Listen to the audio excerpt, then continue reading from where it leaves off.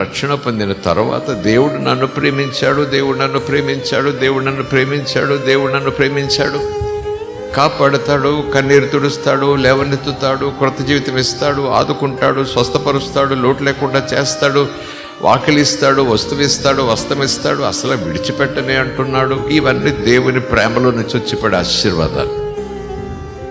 అయితే దేవుడు షరతు పెడుతున్నాడు అని అనను కానీ, పరిగెత్తిన వానికి బహుమానం ఇచ్చి పరిగెత్తని వానికి బహుమానం ఇస్తే ఎలాగా న్యాయమవుతుంది?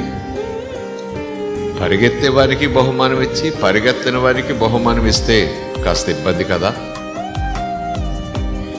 అందరికన్నా రోషంగా పరిగెత్తిన వారికి, ముందుగా వచ్చిన వానికి బహుమానం ఇవ్వటంలో శబాష్.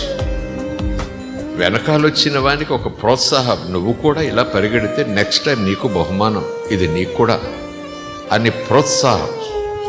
పడుకున్నవాడికి బహుమానం ఇచ్చి, పని చేయగలిగి చేతకాని వలె పని చేయకుండా దేవుడు చూసుకుంటాడులే అనుకుంటూ వాడికి కూడా రాబాబు ఇదిగో జీవి కిరీటం అంటే పరిగెత్తేవాడు కృంగిపోతాడు, అసూయపడడు.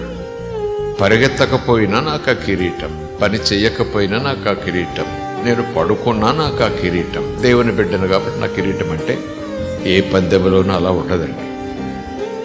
ఏ పోరాటంలోనూ గెలిచేవానికి బహుమానం, పరుగు తొదముట్టించేవానికి బహుమానం, గెలిచేవానికి బహుమానం. స్తోత్రం కలుగునుగాక. హల్లెలూయా, స్తోత్రం. అన్ని సబ్జెక్టుల్లో 0 మార్కులు వచ్చి ఫెయిల్ అయిపోయినా వాడికి గోల్డ్ మెడల్ ఇచ్చేస్తే, అవతల క్లాసులకు పంపించేస్తే, 90% వచ్చిన వాడికి కూడా గోల్డ్ మెడల్ ఇచ్చి వాడిని కూడా అవతల క్లాసుకు పంపించేస్తే, అసలు ఒకడు పరీక్షలే ఎవడు రాస్తాడు అంటూ ఆ 10 పరీక్షలు వెళ్లకుండా ఆటపాట్లకు పోతే వాడికి సర్టిఫికెట్ ఇచ్చేసి అవతల క్లాసులకు పంపించేసి పాస్ అయిపోయాడు అని ముద్రేసేసి గోల్డ్ మెడల్ అని చెప్పేస్తే లోకముక్కున వేలేసుకుంటుంది కదా. లోకానికి ఒక క్రమం ఉంది, లోకానికి ఒక న్యాయబద్ధమైన మార్గాలు ఉన్నాయి. దేవుని తెలియకపోయినా ఒక పోటీ, ఒక పరీక్ష, ఒక పరుగు, ఒక ప్రయత్నం, ఒక పట్టుదల.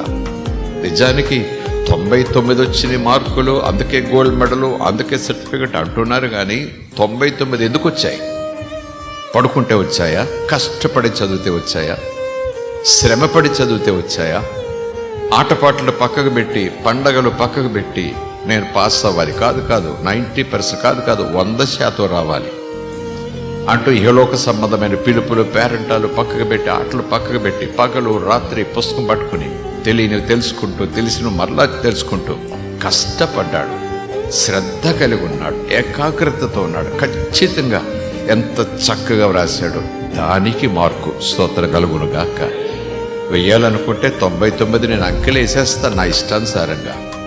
కానీ అక్కడ పట్టుదలేది, శ్రద్ధ ఏది, పరుగేది, త్యాగమేది, ఆ ప్రత్యేకమైన జ్ఞానమేది, జ్ఞాపశక్తి ఏది, ఆ దీక్ష అంటాం, తపస్సులాగా చదువుకోవటం. పరీక్షల టైంలో అంత చదువుకొని అంత కష్టపడి 99.9 వస్తే, అయ్యో ఆ ఒక్క పాయింట్ కూడా వస్తే బాగుండునే అని ఆ బిడ్డ అనుకోవచ్చు. అయినా శబాష్ అంటుంది లోకం. కానీ ఆ వ్యక్తికి సర్టిఫికెట్ ఇచ్చి గోల్డ్ మెడల్ ఇచ్చి 99.9 అని అంకెలేసి అవతల క్లాసులకు పంపించి మెడలో పథకం వేసి, పరీక్షలకి రానుడు కూడా సర్టిఫికెట్ ఇచ్చి 0.00 అని పెట్టి ఫెయిల్డ్ అని రాసి, అయినా పర్వాలేదు అంటూ మెడలో పథకం వేసి అవతల క్లాసులో కూర్చోపెడితే అదే చదువు. రక్షణ విషయంలో మాత్రం అది కాదు కదా. మనం ఏం చేయక్కర్లేదు, ఆయన అన్నీ చేశాడు. స్తోత్రం కలుగునుగాక. రక్షణ విషయంలో మాత్రం నేను చెప్తున్నాను, మనం ఏ నీతిక్రియలు చేసినా అవి ఎంగిలి నీతిక్రియలు అయిపోతాయి. మనం ఏం చేసినా భక్తి అంతా కూడా ఎందుకు పనికిరంది అవుతుంది. ఎందుకంటే మనిషి తన పాప క్షమాపణ పొందుకోకుండా హృదయం ఎంగిలై ఉంది, చూపులు ఎంగిలై ఉన్నాయి, నాలుక ఎంగిలైపోయి ఉంది, నడవడిక ఎంగిలైపోయి ఉంది. ఆ ఎంగిలి మనసుతో, ఎంగిలి హృదయంతో, ఎంగిలి ప్రవర్తనతో నేను భక్తి చేస్తే ఎంగిలి భక్తి అవుతుంది కాదని ఎవరంటారు? అది ఎంగిలి భక్తి అవుతుంది. ఎంగిలి నాకే ఇష్టం లేదు, దేవునికి ఎంగిలి భక్తి ఎందుకు ఇష్టమవుతుంది? కనుక ముందు ఈ పాపమనే ఎంగిలి వదలాలి. మనం వదిలించుకుంటే వదిలేది కాదు. మనం వదిలించుకుంటే వదిలేదైతే ప్రభు శిలువ మీదకి ఎక్కి అంత హింస అనుభవించి చచ్చిపోవాల్సిన పని లేదు. స్తోత్రం కలుగునుగాక. హల్లెలూయా. దేవునికి స్తోత్రం.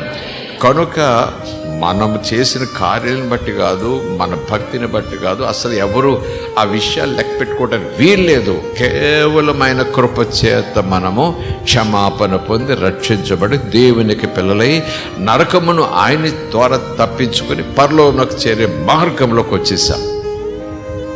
అది అందరికీ.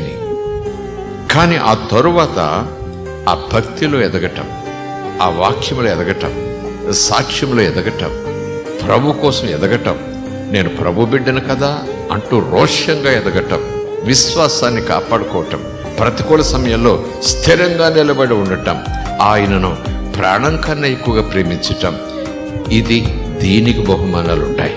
స్తోత్రం కలుగునుగాక.